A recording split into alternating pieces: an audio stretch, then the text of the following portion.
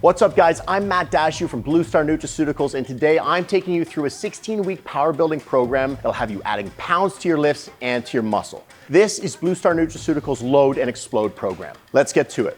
Walk into any big lifting gym and you'll see two distinct crowds. The ones trying to get big and the ones trying to break records. I've spent more than half my life training hard for competition, so I've tested some of the most specialized training protocols out there, from complex calculations of percentages for strength training to time under tension and progressive overload for hypertrophy. What it all comes down to is that a lot of us are just trying to look for a way to get stronger and more muscular at the same time. Good news, you can. This program is made up of the most effective muscle building techniques I've learned over the years. Now, do I know everything there is to know about strength and hypertrophy? Of course not. But I know what's worked for me, and I know what's worked for others, and I know it'll work for you too. Now, you don't need any fancy equipment, and you don't need to be an elite lifter, and you don't even need to spend hours and hours in the gym. But what you do need to do is put in the work. So let's get into it. This is a 16-week periodized program broken down into four-week phases. Each phase uses a different level of volume and intensity.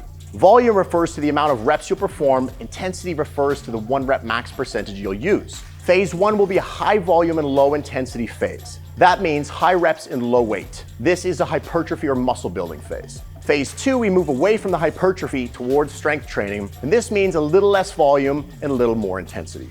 In Phase 3, we go deep into the strength training, and you'll want to make sure that you're doing some good dynamic warm-ups before these lifts to get your body ready. You'll definitely be needing your GH peak before bed those days to make sure you get deep, restful sleeps that'll help you recover faster. Finally, in Phase 4, we go all in on the strength training. Super low volume and peak intensity. If any of this is a bit confusing, don't worry. Use the link below to grab a PDF of the full program. Now let's dive a little deeper into each week.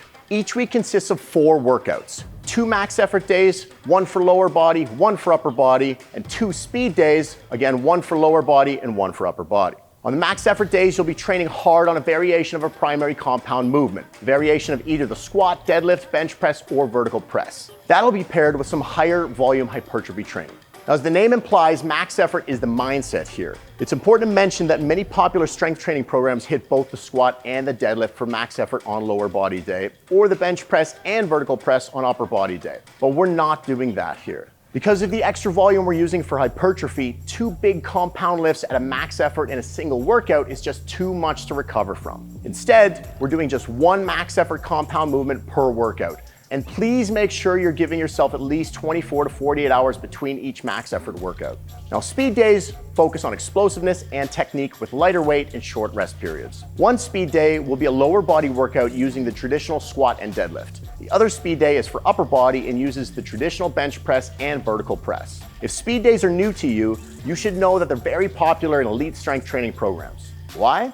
Well, let's look at the physics. Force equals mass times acceleration. And for that reason alone, many strength coaches implement speed days into their programs. The reason we're using them is because they help add extra volume into your training without impacting recovery as much as additional heavy lifting might. Speed days can also help alleviate soreness. And finally, they're the perfect way to practice good technique on big compound lifts. By the way, if you're wondering why we're hitting the same muscle groups with similar exercises 2 times a week, the answer is frequency. Volume and intensity are the cornerstones of periodization, and increased frequency in particular can really enhance your results. Scientific evidence shows that training twice a week with less volume per sessions is better than training once a week with a high volume.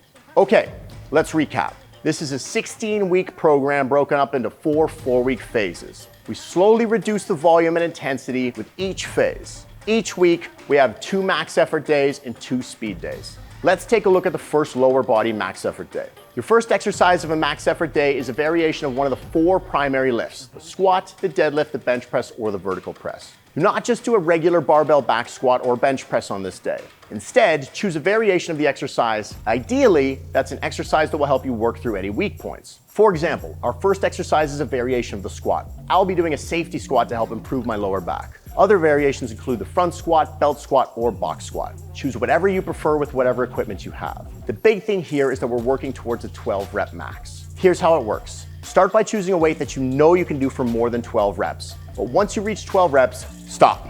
Now add a bit more weight to the bar. Even if you can still do more than 12 reps this time, still stop at 12. Now, add a bit more weight again, stop at 12. Getting the idea? Keep adding weight until you're physically unable to go past 12 reps, and that's how you work towards a 12 rep max. If you're wondering how long this should take you, good question. The entire process from first lift to failure should take about 15 to 20 minutes max. Exercise 2 is the exact same movement as exercise 1, but instead of working towards a 12 rep max, take 80% of the weight in your final lift from exercise 1 and use that as your working weight. For example, if you just maxed out at 300 pounds in exercise 1, use 80% of 300, which is 240 pounds. You might not hit failure here on the predetermined reps, and that's okay. Just follow the given reps as closely as you can. If you're really struggling, you can always reduce the weight a little bit. From then on, it's just regular hypertrophy training. Personally, I like quad dominant exercises on my max effort squat days and posterior chain exercises on my deadlift days.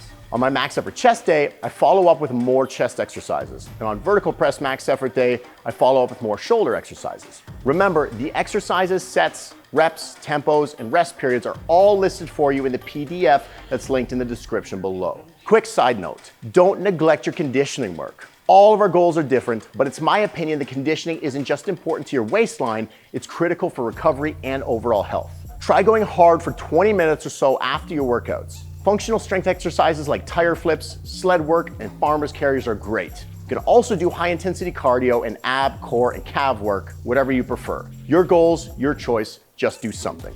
Okay, let's move on to speed days. The first 2 exercises on speed days are your main compound lifts. Bench press and vertical press for upper body day, squat and deadlift on your lower body day. You're doing 10 sets of each every minute on the minute, 3 reps with 55 to 75% of your 1 rep max. These movements should be explosive positives with nice and controlled negatives. Remember, these are speed sets. If you're struggling to get this done with explosiveness, drop the weight. This is not a max effort day. Moving the weight as quickly and perfectly as possible is what's important here. Here's a nice little pro tip if you're interested. If you have access to bands or chains, use them to your advantage. You can do this by reducing your initial weight by about 25% and adding the remaining 25% as bands or chains. After your speed sets, it's back to hypertrophy training. Arms on upper body days and back on lower body days. And remember, 20 minutes of hard conditioning at the end. If any of this is a bit confusing, don't worry. It's totally natural to fumble your way through this a little bit at the start. We've all done it. Just remember to grab the PDF link below because it's there to help. Whatever you do, just don't quit. And don't be afraid to ask questions. That's what the comments section is for. Now follow this program for the full 16 weeks, then reward yourself with a nice week off. Or just a deload week for you maniacs out there. Then start it all over again. And by the way, if you're new here, now's the perfect time to hit subscribe. There's a video coming for every part of this program, and subscribing is the easiest way to make sure you don't miss a single one. Plus, you'll be the first to see our legendary faster fat loss workouts. That conversation is for a different day. For now, grab that PDF below and let's get to work.